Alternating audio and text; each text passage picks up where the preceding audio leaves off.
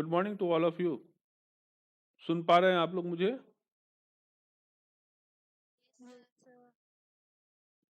Last lecture में हमने क्या कवर किया था?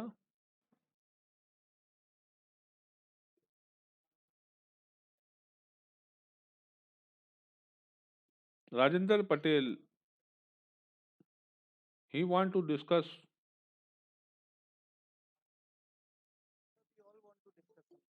Okay, continue.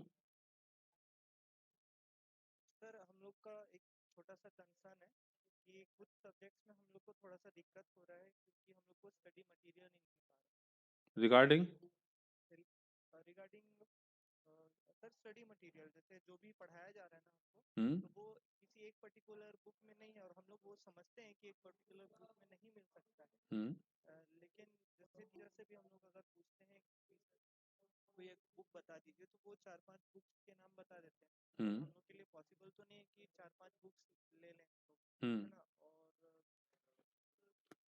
के लिए भी वो लोग नहीं प्रोवाइड करते हैं I have given strict informations to all the teachers that please do not give notes to these students, any students, कोई भी, क्योंकि notes जो है it is, kindly listen, notes जो है it is a property of the teachers. It is his will. अगर वो देना चाहते हैं दें, नहीं देना चाहते हैं न दें. You can't claim. That is fine sir that is fine And one thing, but there if he suggests you to go to look into these books, at the most a teachers can do is to refer to you some the name of the some books. He can suggest you, and it is to you to look into the books. किसने मना किया आपको library में आने से? आप आइए library में बुक्स लीजिए. लाइब्रेरी आपके लिए एसेसिबल है. मैं आपको बता दूं लाइब्रेरी एसेसिबल है. आप एक्सेस कर सकते हैं लाइब्रेरी. ठीक है ना?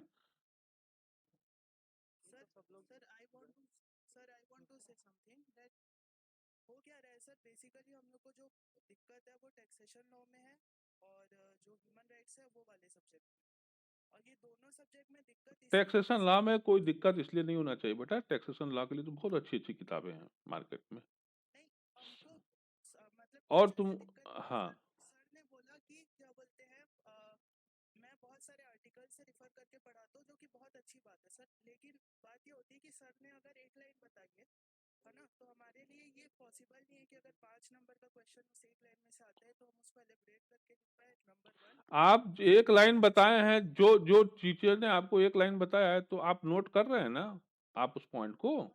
लेकिन हमारा कंसर्न ये है सर कि जैसे कोई भी टीचर जो है किसी वेबसाइट से अगर वो रिफर करके पढ़ता है या वो करता है तो हमको पता ही नहीं चलता वो कहाँ से रिफर कर रहे हैं क्या कर रहे हैं आप पूछिए तो उनसे. सर आप उनसे पूछिए कि कहाँ से रेफर कर रहे हैं सर. सर तो वो कह देते हैं कि हम 5 बुक से पढ़ाते हैं तो आपको तो हम भी आपको यही बोलेंगे कि हम 5 बुक से पढ़ाते हैं. हाँ तो तो फिर क्या सर करेंगे आप? सर नहीं, आप हम बताइए फिर क्या करेंगे आप? पढ़ाएंगे आपके तो हम सब्जेक्ट आप में कुछ दिक्कत नहीं है प्रेजेंट सर करते हैं ना सर आप कुछ प्रेजेंट करते हैं हमको उसमें कोई दिक्कत नहीं है अगर वो भी प्रेजेंट करते हैं तो हमको कोई दिक्कत नहीं है एटलीस्ट हमको पता तो चले कि वो पढ़ कहाँ से रहे हैं।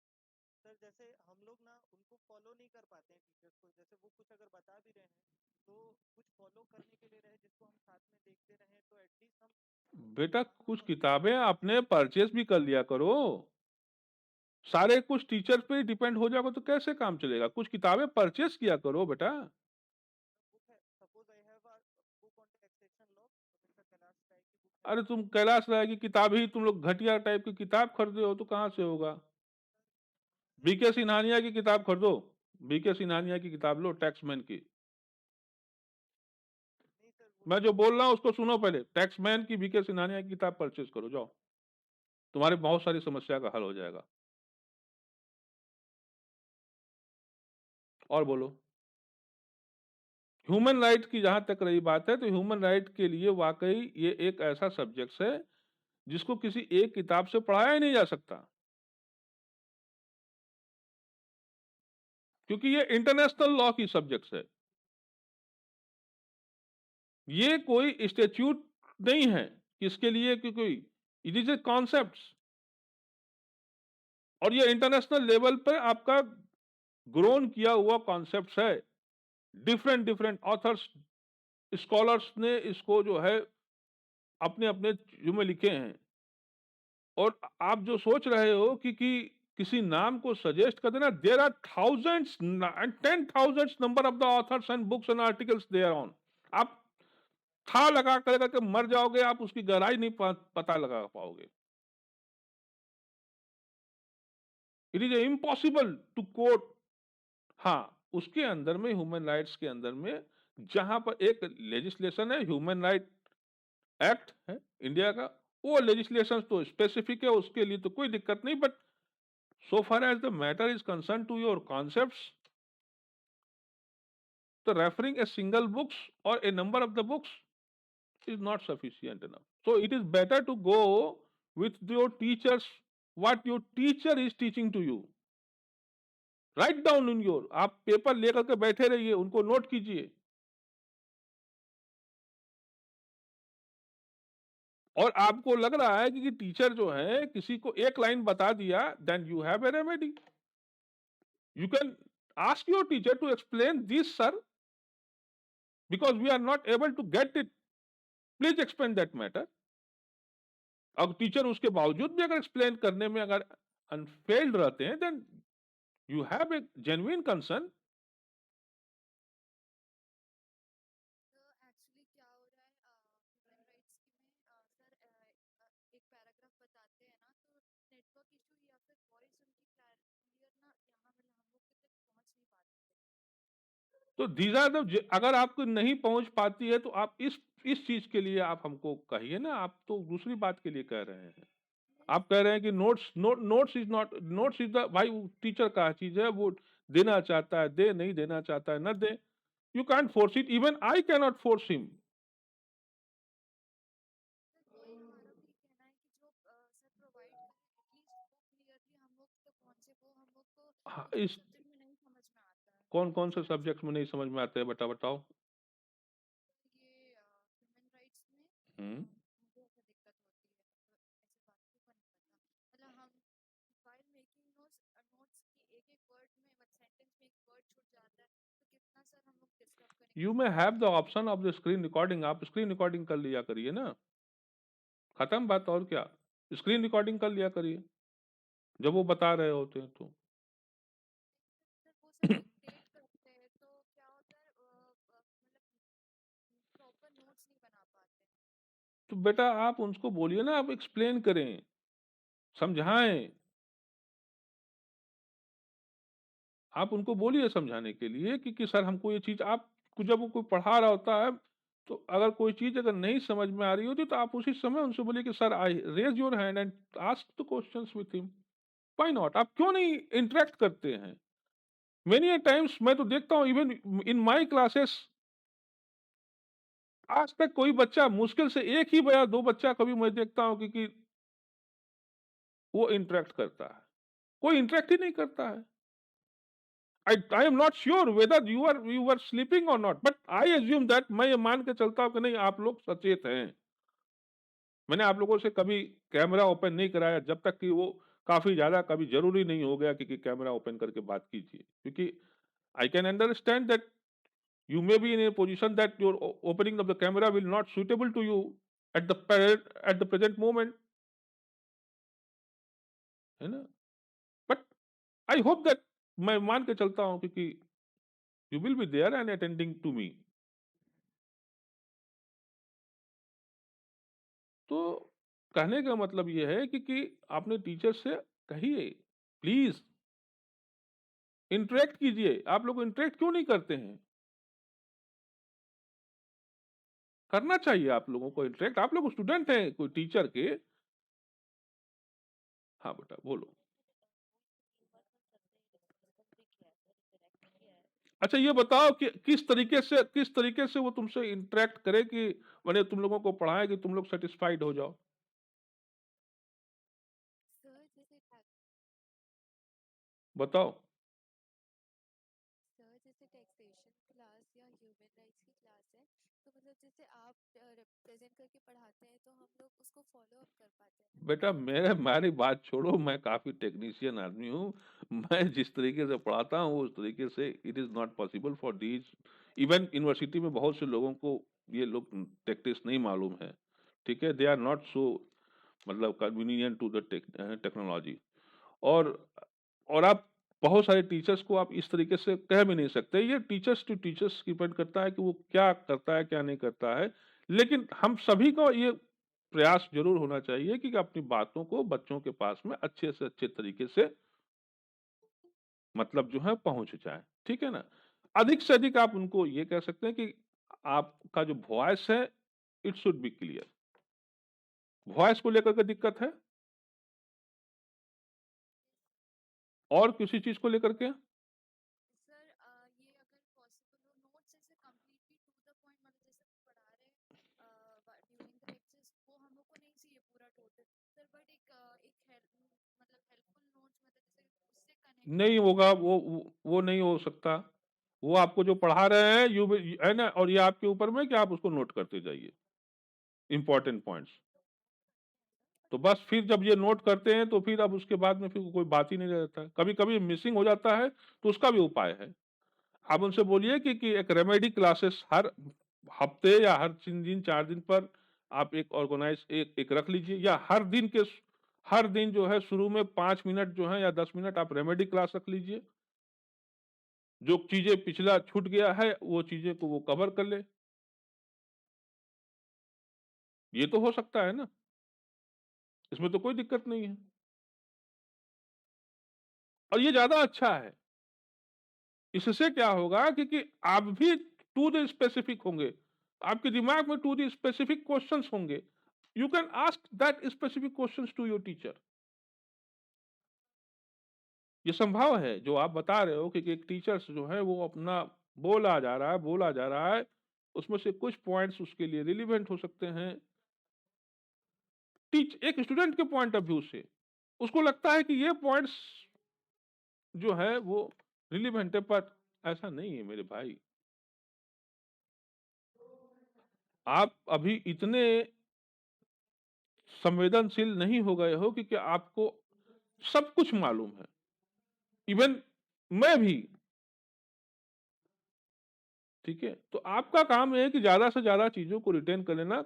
Sometimes you do not know what is the value of the thing which is going on, but later on a time will come then अगर आप ओवरलुक कर दिए हो उसको तो आपको समझ में उसकी कीमत समझ में आती है।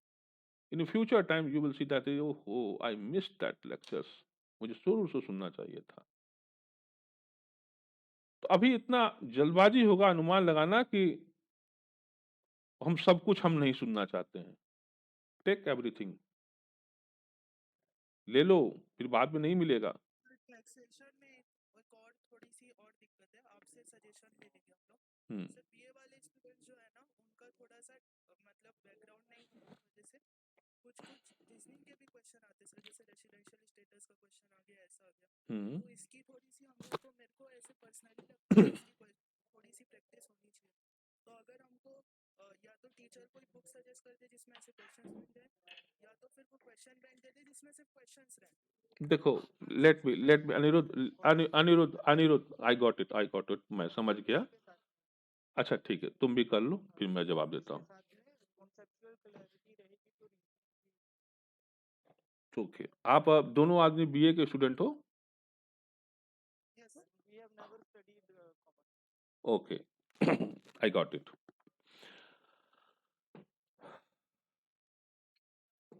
जो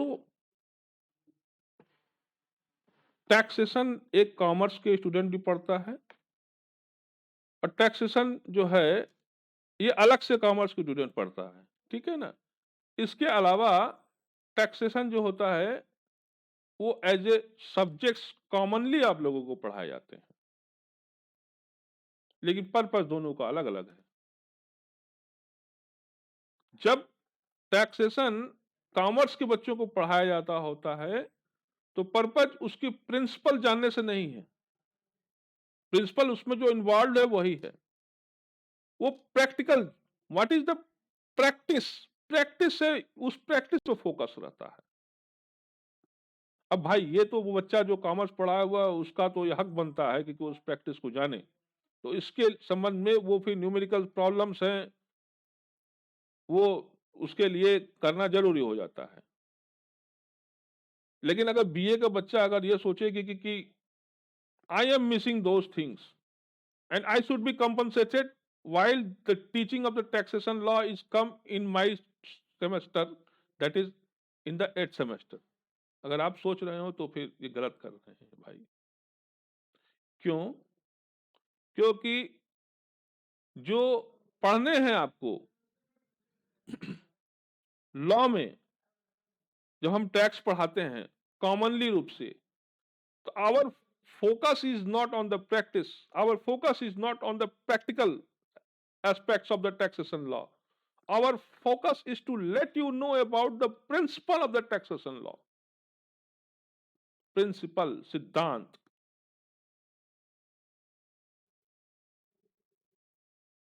क्यों?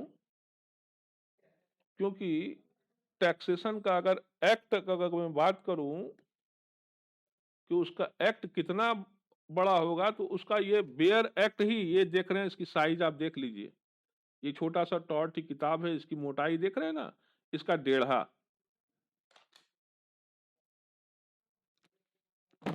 खाली एक्ट ही है।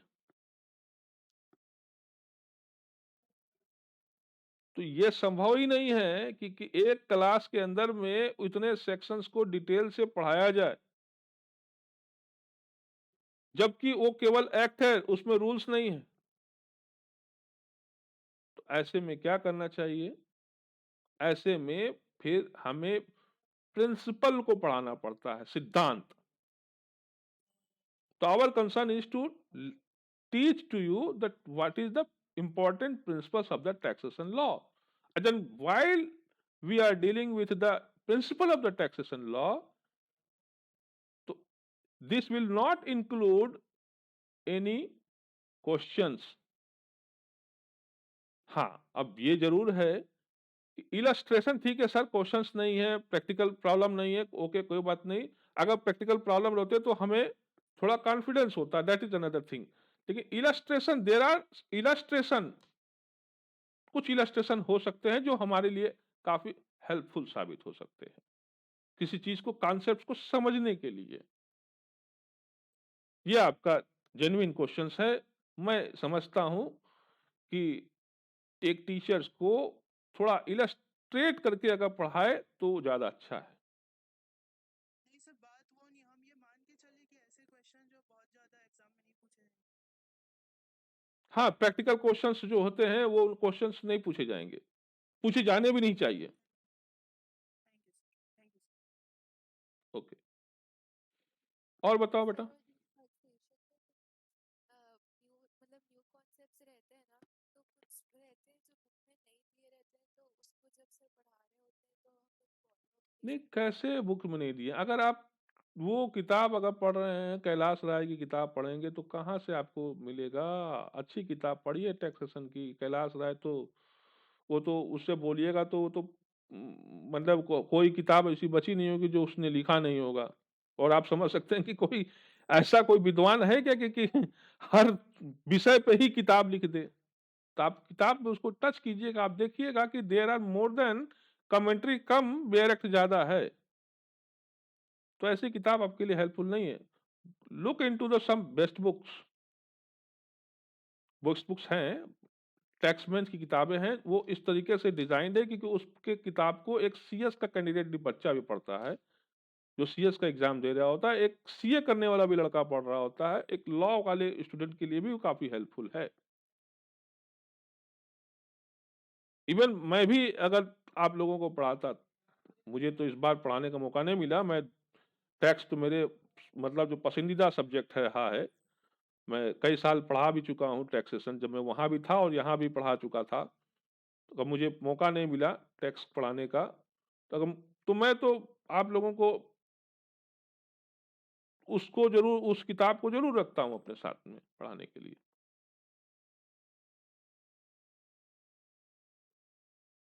है ना। तो आप लोगों में से अगर अपनी एकेडमिक एक्सीलेंसीज को पाना चाहते हैं, आगे भी अगर आप उसको कैरी ऑन करना चाहते हैं एलएलएम में, तो आप उस किताब को जरूर पढ़ेगा करिए, अपने पास परचेज करके रख लीजिए, क्योंकि हमेशा काम आने वाला काम चीजें। और एक बात और, टैक्सेशन लॉ में हर साल कुछ न कुछ बदलते रहता है। इसलिए no book on the tax law is updated, कोई ना कोई चेंजिंग होता रहता है। बट तो एक और भी कारण है, जैसे मैंने बताया था कि why we should teach the principle of the taxation and not the practical, because principle जो है वो जल्दी नहीं बदलता, प्रिंसिपल लगभग वही रहता है, लेकिन अंदर के प्रोविजंस जो इसके में जो है प्रैक्टिस है, वो प्रैक्टिस थोड़ा फ्रिक्वेंटली जो है वो चेंज होता रहता है हर साल। ठीक है ना? चलिए, तो हम लोगों ने और किसी को बेटा कुछ प्रश्न पूछना है? तुम लोगों का मैटर रिजॉल्व हुआ? मैं आज विनोद सर से बोलूंगा, क्योंकि वो आपको टीचिंग ले तो आवाज जो है वो नेटवर्क और आवाज जो है वो थोड़ा ठीक रखे। मैं उनसे बोलूंगा क्योंकि वो मतलब जो है कि वो छोटा सा जो मोबाइल है, वो मोबाइल को अवॉइड करके बल्कि किसी डेस्कटॉप में बैठ करके वो लें या लैपटॉप से लें तो ज़्यादा अच्छा क्लैरिटी रहेगी, साउंडनेस रहेगा, है ना? एंड इसके लिए ये आपका जेन्युइन चीज़ है और आप उनको बात कीजिए। Some matters is to be resolved by on your part, why should you take every time the resort of the HOD because I have myself very much tough, बहुत सारे काम है भाई। थैंक यू सर, हम लोग को patiently okay, okay, okay. Now come to the हम आते हैं अपने मुद्दे पर।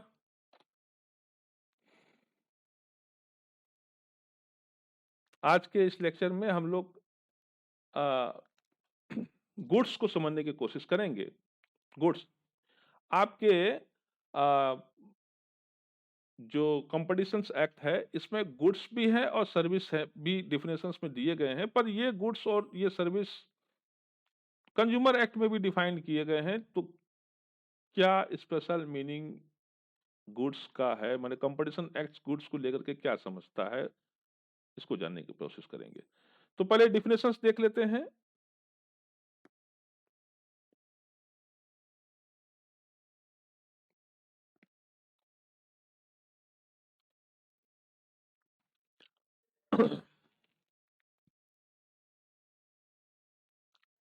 जो डिफिनेशंस दिया गया है आपका कंपटीशन एक्ट में, वो दिया गया है आपको सेल्स ऑफ गुड्स एक्ट के रेफरेंस में।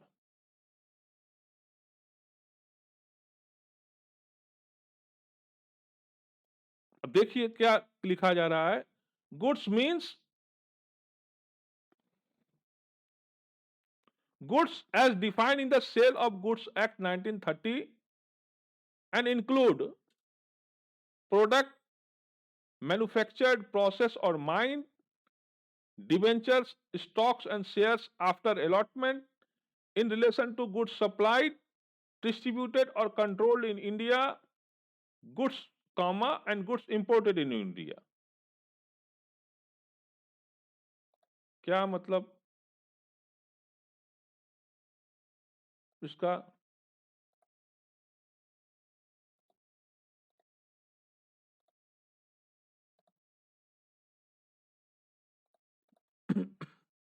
क्या कहना चाह रहे हैं हम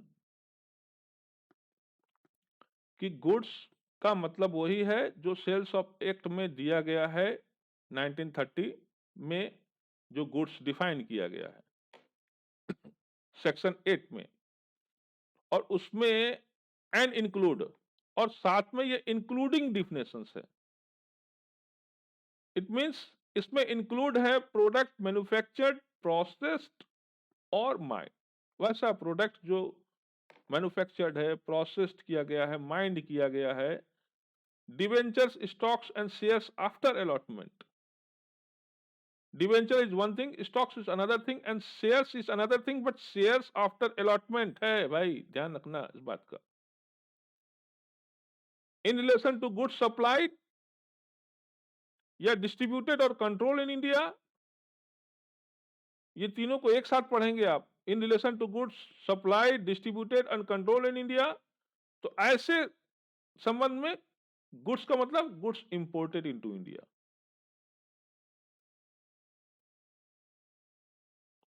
ठीक है। तो ये जो सेक्शन 2I है of this act, it provide an inclusive definitions of the goods, and as per the definitions, goods means goods defined in the sale of goods act। ठीक है। तो अब नेचुरली रूप से फिर therefore we have to look into how the term goods is defined in the sale of goods act। Let us see section 27 of the goods sales of goods act जो है वो डिफाइंड गुड्स। ये 27 है कि 28 है, थोड़ा सा sure हो लेना भाई, मैं गड़बड़ कर सकता हूँ, क्योंकि एक जगह मैंने ऊपर में 8 लिखा हूँ, नीचे में 7 लिखा हूँ, श्योर कर लेना। ठीक है, मैं विश्वास करूंगा कि आप लोग चेक कर लोगे। Yes sir. ठीक यस ठीक, ओके, थैंक यू। तो मैं ये कह रहा था, इट डिफाइंस गुड्स जो है, जो टर्म गुड्स है दो तरीके से, in exclusive fashion and in inclusive fashion. माने ये एक्सक्लूसिवली भी डिफाइन करता है आपका और इंक्लूसिवली भी डिफाइन करता है। सेल्स ऑफ गुड एक्ट में जो डिफिनेशन दिया गया है गुड्स का, आप देखेंगे तो इसका मतलब होता है कि every kind of movable property other than actionable claim and money. ये मैं सेल्स ऑफ गुड्स एक्ट का डिफिनेशन बोल रहा हूं। अब देखेंगे वहां लिखा हुआ है goods means every kind of movable property other than actionable claim and money and include stocks, shares, growing crops, grass, and things attached to or forming part of the land which are agreed to be served before sale or under contract of the sale। मैंने क्या बताया? मैंने बताया कि goods जो है एक प्रकार का मूवेबल प्रॉपर्टी है जो एक्शनेबल क्लेम नहीं है और जो मनी नहीं है। तो ये एक्सक्लूसिव मीनिंग हो गया। इंक्लूसिव मीनिंग क्या है इसका? इंक्लूसिव फैशन में जब ये गुड्स को डिफाइन, उसमें कहा कि it include stocks, shares, growing crop, grass, things attached to or forming part of the land which are agreed to be served before the sale or under the contract of sale। ये actionable claim जो goods नहीं है, इसका क्या मतलब होता है? Actionable claim is the term used to describe all personal right in property which can only be claimed or enforced by action and not by physical possession। ठीक है, किसी जो पर्सनल राइट होता है प्रॉपर्टी पर, एक्शनेबल क्लेम, इसको possess नहीं किया जा सकता है लेकिन इसको इन्फोर्स जरूर कराया जा सकता है। तो physical possession is not possible of the actionable claim, but of course it can be enforced by law। It is in fact your personal rights in the property, this is the actionable claim। But however this actionable claim has been excluded from the definitions of the goods which has been defined in the sales of good act. तो definition of the goods जो है, ये तो ये हुआ जो sales of goods में आ गया। अब थोड़ा सा मैं वापस आता हूं आप लोगों को कॉम्पिटिशंस एक्ट में, और वहां मैं आपको ये बताना चाह रहा हूं कि ये जो डिफिनेशंस दिए गए हैं गुड्स का, वास्तव में ये बहुत ही व्यापक डिफिनेशंस है। जैसे आपने कंज्यूमर को देखा कि कॉम्पिटिशंस एक्ट में कंज्यूमर को वाइडली डिफाइन किया गया है। एक एग्रीमेंट को भी मतलब जो है कि वो वाइडली रूप से डिफाइन किया गया है, तो गुड्स को भी वाइडली रूप से डिफाइन किया गया है। And with in its fold it it is inclusive of all kind of the movable property. All kind of movable property बता रहा हूं मैं। किसी भी प्रकार का मूवेबल प्रॉपर्टी है तो वो आपका गुड्स के डिफिनेशन में आ जाएगा कंपटीशन एक्ट में। हालांकि जो सेल्स ऑफ एक्ट है it define the term property, आगे देखेंगे आप, क्योंकि एक प्रश्न जरूर आएगा सर मूवेबल प्रॉपर्टी तो है लेकिन प्रॉपर्टी क्या है। सेल्स ऑफ डिफाइन एक्ट आपका प्रॉपर्टी को डिफाइन करता है, लेकिन क्या इमूवेबल प्रॉपर्टी है इसको डिफाइन नहीं करता है। क्योंकि when you will try to understand what is property then you will refer it, आप इसको जरूर से ये सोच के देखते हैं कि क्या इमूवेबल प्रॉपर्टी है। It is a different from immovable property. तो फिर इमूवेबल प्रॉपर्टी क्या होता है और ये प्रॉपर्टी एक्चुअली में क्या मतलब है। तो property actually means by virtue of the section 211 of the sales of goods act a general property in good and not merely a special property. तो प्रॉपर्टी क्या है, तो प्रॉपर्टी को भी सेल्स ऑफ गुड एक्ट में define किया गया है कि प्रॉपर्टी का मतलब एक सामान्य संपत्ति जो किसी गुड्स में अंदर में होती है, किसी सामान के अंदर में होती है, and not merely a special property. तो केवल स्पेशल प्रॉपर्टी नहीं, एक सामान्य property.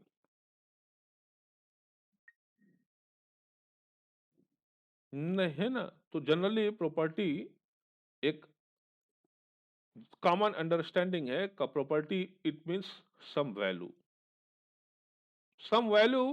which you want to perceive, some value which you want to some achieve।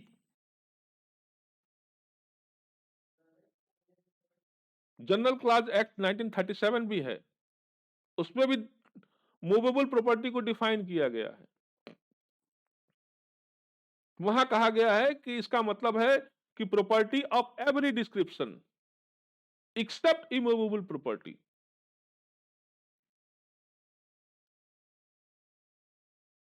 तो जनरल क्लॉज एक्ट 1937 फिर ये कहां से आ जाता है, ये क्यों रिलीवेंट हो जाता है, मुझे बताने की जरूरत नहीं है। आप लोग लॉ स्टूडेंट है, 8वें सेमेस्टर में आ गए और आपको मालूम है, अगर नहीं है तो मालूम होना चाहिए कि जहां कब कोई टर्म अगर कहीं किसी एक्ट में अगर डिफाइन नहीं है तो फिर हम उस चीज का अर्थ हम कोट कर सकते हैं लीगल तौर पर जनरल क्लॉज एक्ट 1937 से।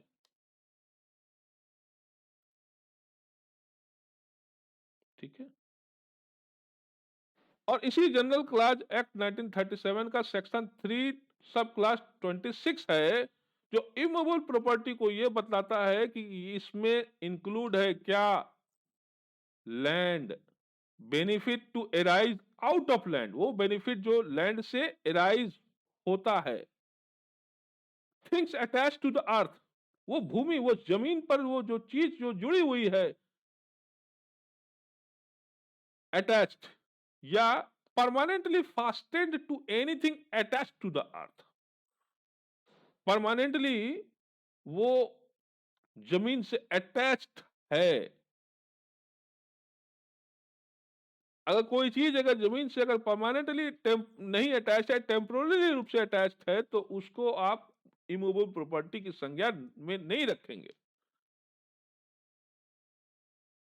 तो सम किया जाए, आप कह सकते हैं कि all kind of property other than actionable claim, money and immovable property would fall within the definitions of the goods and and बोल रहा हूं, क्यों बोल रहा हूं, कि and this would include also intangible and incorporeal property भी।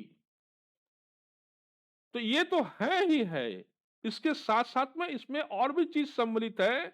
वो क्या, कि वो इनटेंजिबल प्रॉपर्टी, या इसको आप ऐसे कहिए कि इनकॉर्पोरियल प्रॉपर्टी, जैसे कि पेटेंट। तब आप सोच रहे होंगे कि सर पेटेंट तो इंटेलेक्चुअल प्रॉपर्टी और इंटेंजिबल प्रॉपर्टी है, एंड इसको मूवेबल उसको गुड्स की कैटेगरी में रखेंगे चाहिए क्या? एक प्रश्न जरूर आपके दिमाग में आता है, क्योंकि मैंने शुरू में कहा था कि intellectual property is a exception. Act में ही लिखा हुआ है कि इंटेलेक्चुअल प्रॉपर्टी इज जो है उसको छोड़ दिया जाए तो उसको उसको ये गवर्न कंपटीशन एक्ट नहीं करती है। तो intellectual property is the exception, it is a monopoly and that monopoly has been authorized by the government। ठीक है, तो फिर एक तरफ जब we have deliberately excluded the scope of the intellectual property right, है ना, from the operation of the competition law, on the other side I am saying to you that patent is inclusive within the meaning of the goods. How is it possible? But I say again to you, yes, this is possible, because later on when you will find that even in some aspects of the intellectual property right, over that aspects your competitions law is also applicable। That's why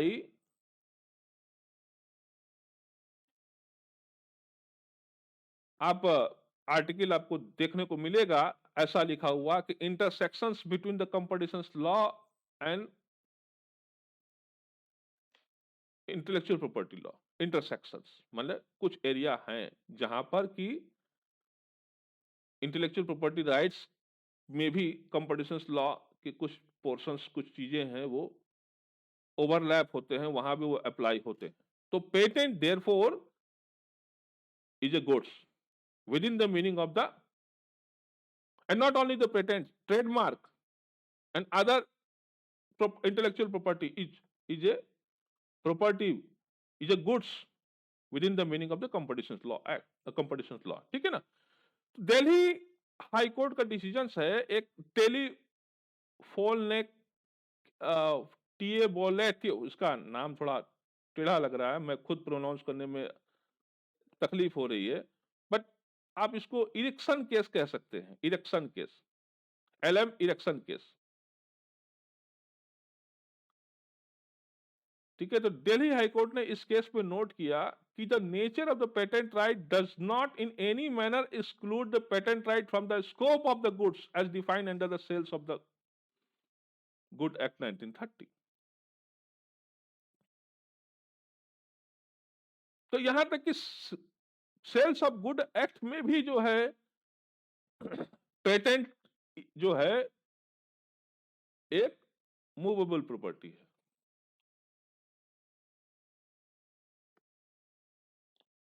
चलिए आइए, ये तो थोड़ा सा मैं फिर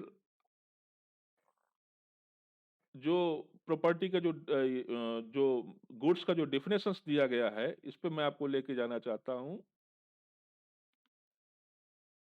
एक बार देख लीजिए, goods means goods as defined in the sales of good act 1930 and include, नीचे में देखिएगा ए बी सी करके, product manufactured, process and mined, debenture, stock, shares and allotment in relations to goods supplied, distributed and control India, goods imported India. तो यहां तक का जो basic बातें था ऊपर का पैराग्राफ का वो तो आपको क्लियर हुआ। मैं नीचे पे आता हूं जिसमें यह लिखा हुआ कि इट इंक्लूड, इस पे इसको कैसे समझे which include product manufactured, processed, mined. ठीक है, तो इसका मतलब ये हुआ कि product manufactured, process and mined are also goods.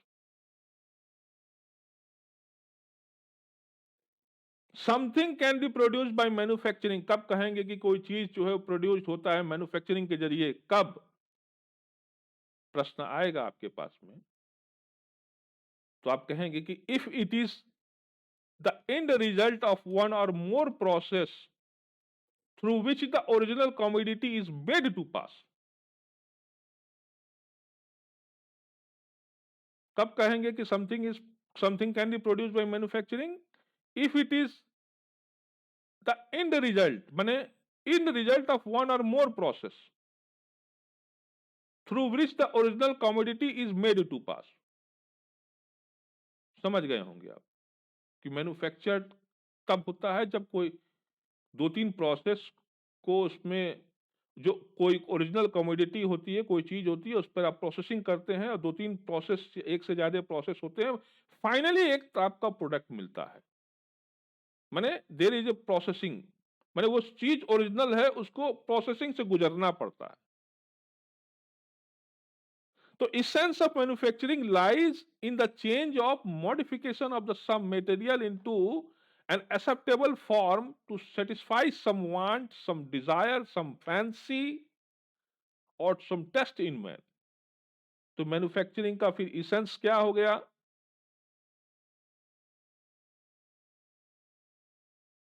कोई मटेरियल है, उसमें मॉडिफिकेशंस, उसमें कुछ चेंज, और वो मॉडिफिकेशन या वो चेंज इस रूप में होता है जिसको कि व्यक्ति चाहता है, वो डिजायर करता है।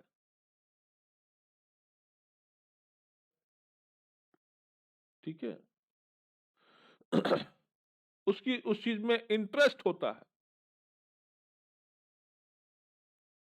तो ए प्रोडक्ट जो है could be said to have been processed. अब कब कहा जाता है कि कोई प्रोडक्ट जो है वो प्रोसेस हुआ, प्रोसेस, उस पे प्रोसेसिंग किया गया उस प्रोडक्ट पर। तो a product could be said to have been processed when it is the result of subjections of materials to some special process of treatment. It may be for the purpose of manufacture, for the purpose of development, or for the preparation for the market, or for conversion into the marketable form, such as livestock by slaughtering, grain by milling, cotton by spinning, milk by pasteurizing, and fruits and vegetables by sorting and repackaging।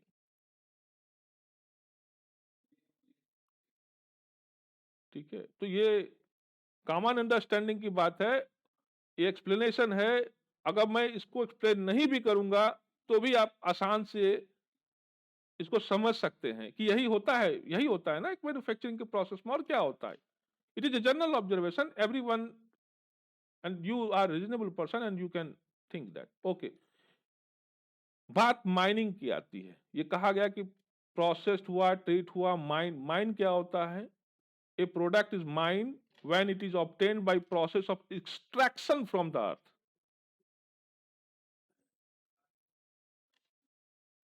ठीक है, extraction from the earth.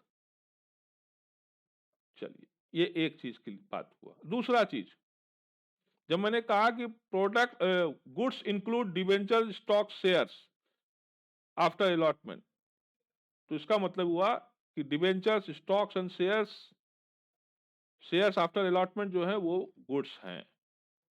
Debentures क्या होता है?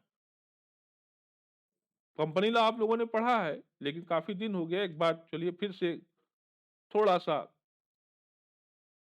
जान लेंगे तो तकलीफ नहीं होगा। Debenture is simply an instrument of acknowledgement of डेब्ट by the company whereby it undertake to pay the amount covered by it, and till then it undertake further to pay interest thereon to the debenture holder। यही होता है। Share से वो different होता है। Both may be the capital of the company.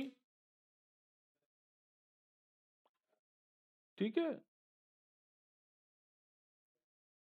कुछ company कुछ कुछ डिवेंचर्स को ये राइट देते हैं कि they can have more rights than ordinarily a debenture holder would have.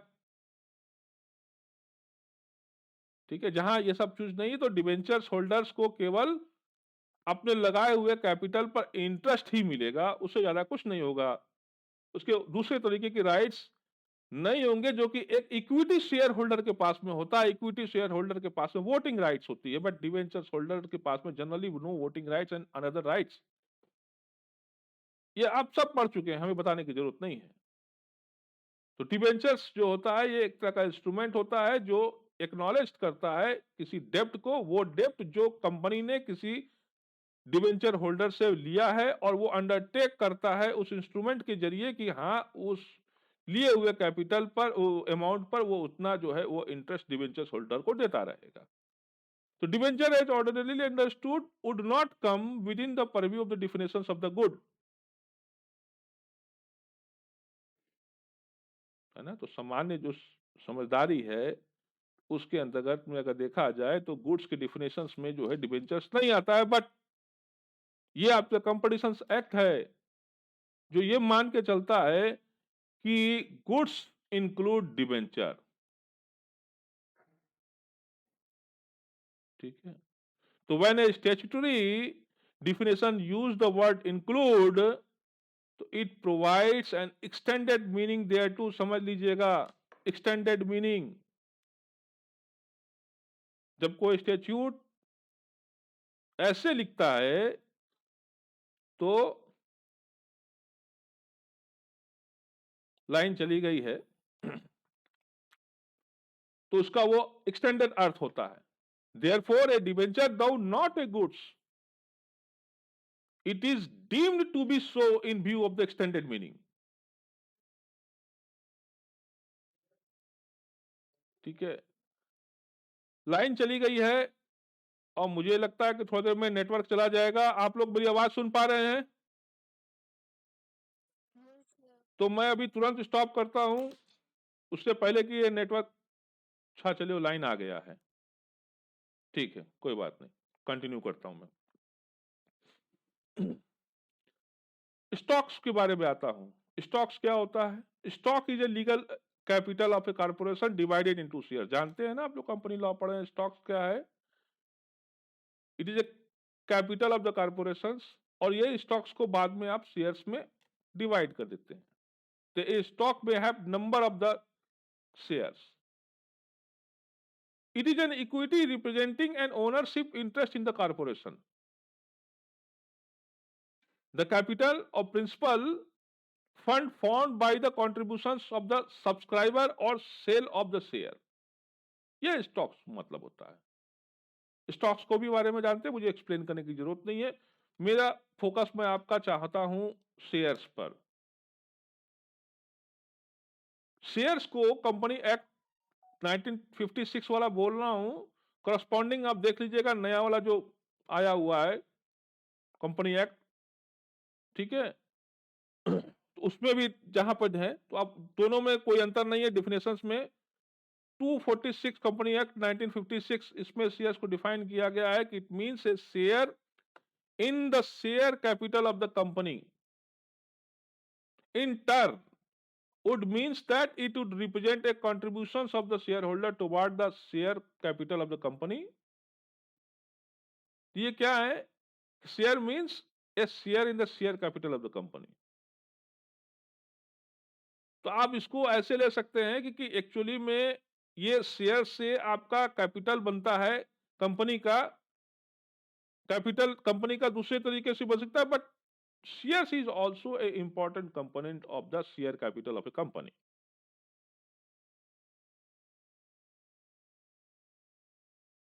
ठीक है। और आगे जो सबसे इंपॉर्टेंट बात है जिसको मैं आपको ध्यान दिलाना चाहता हूं, shares after allotment have been defined to taken as a good. तो शेयर्स कब गुड होगा? जब ये अलॉट कर दिए जाएंगे। तो बिफोर अलॉटमेंट ये गुड्स नहीं होगा, समझिएगा इस बात को। Shares before allotment are not good.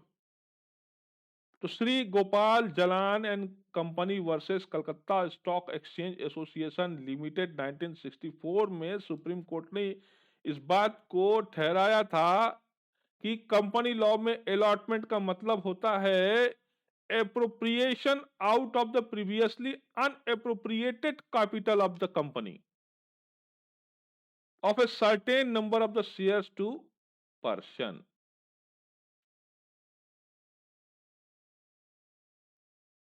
Allotment कहा ना मैंने कि shares before allotment are not good.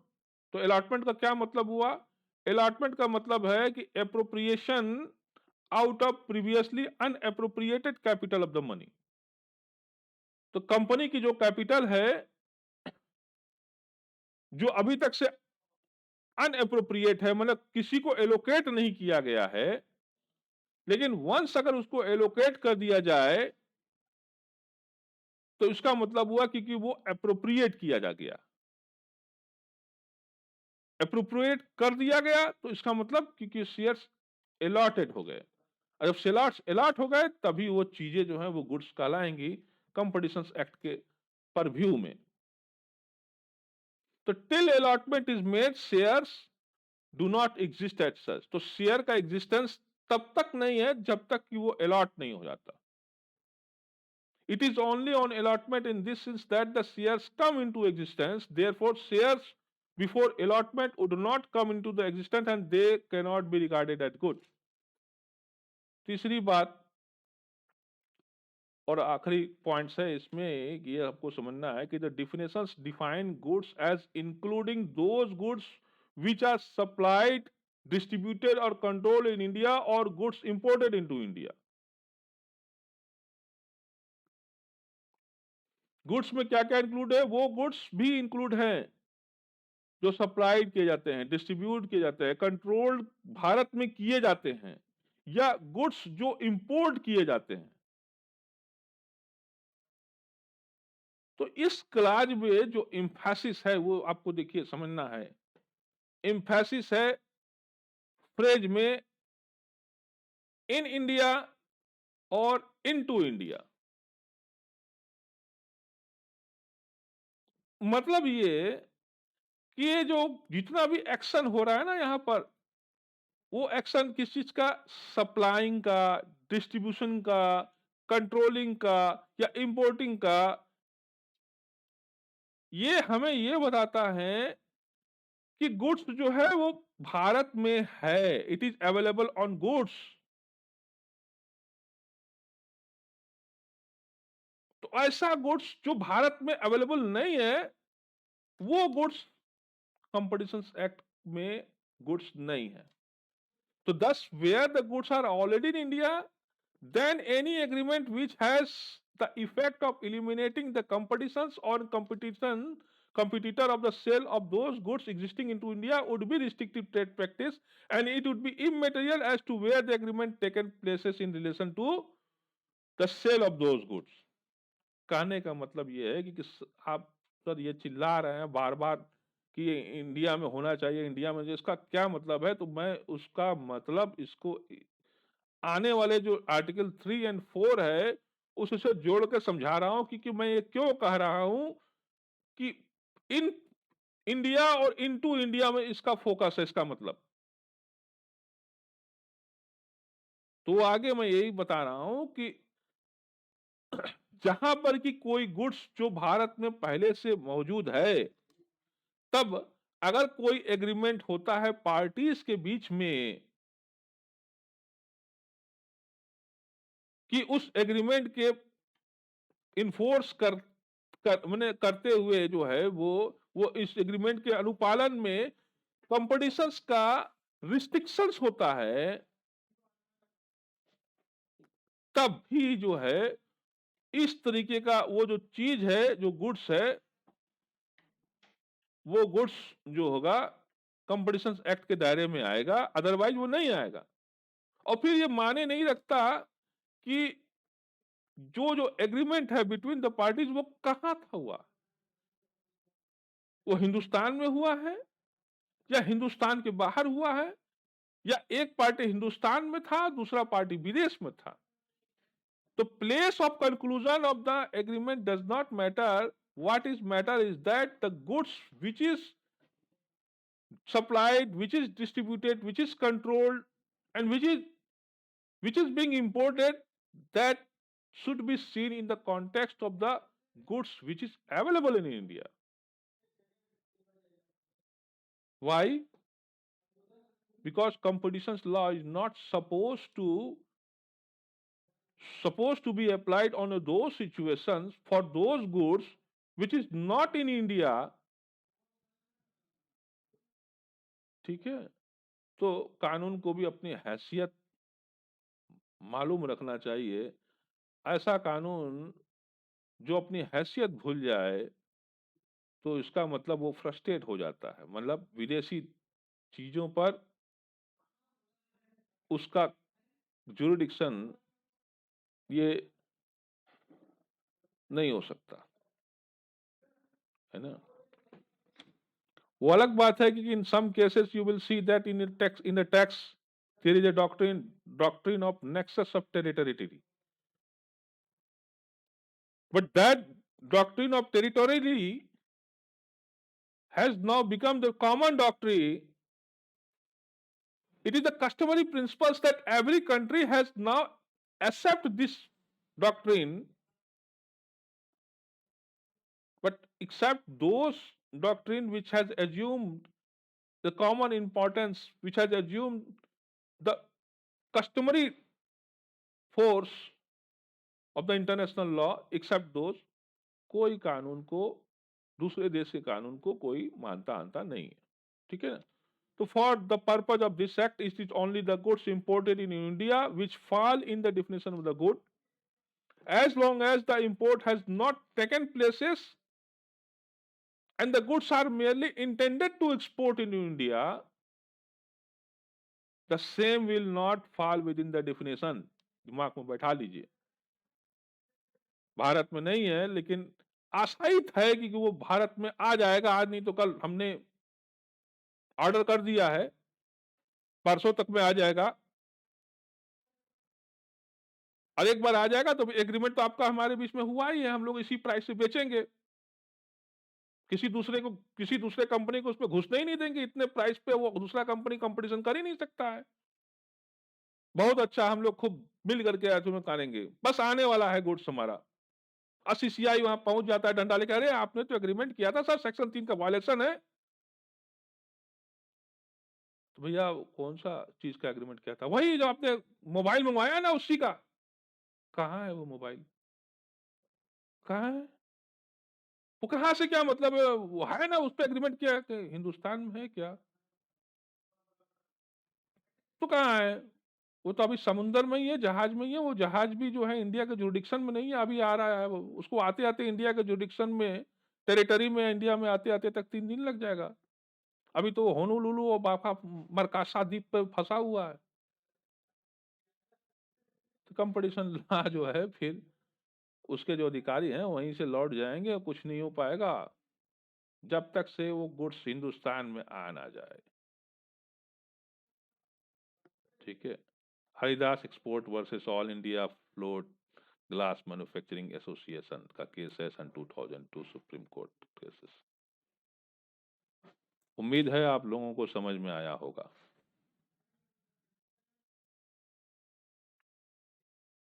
Getting my point?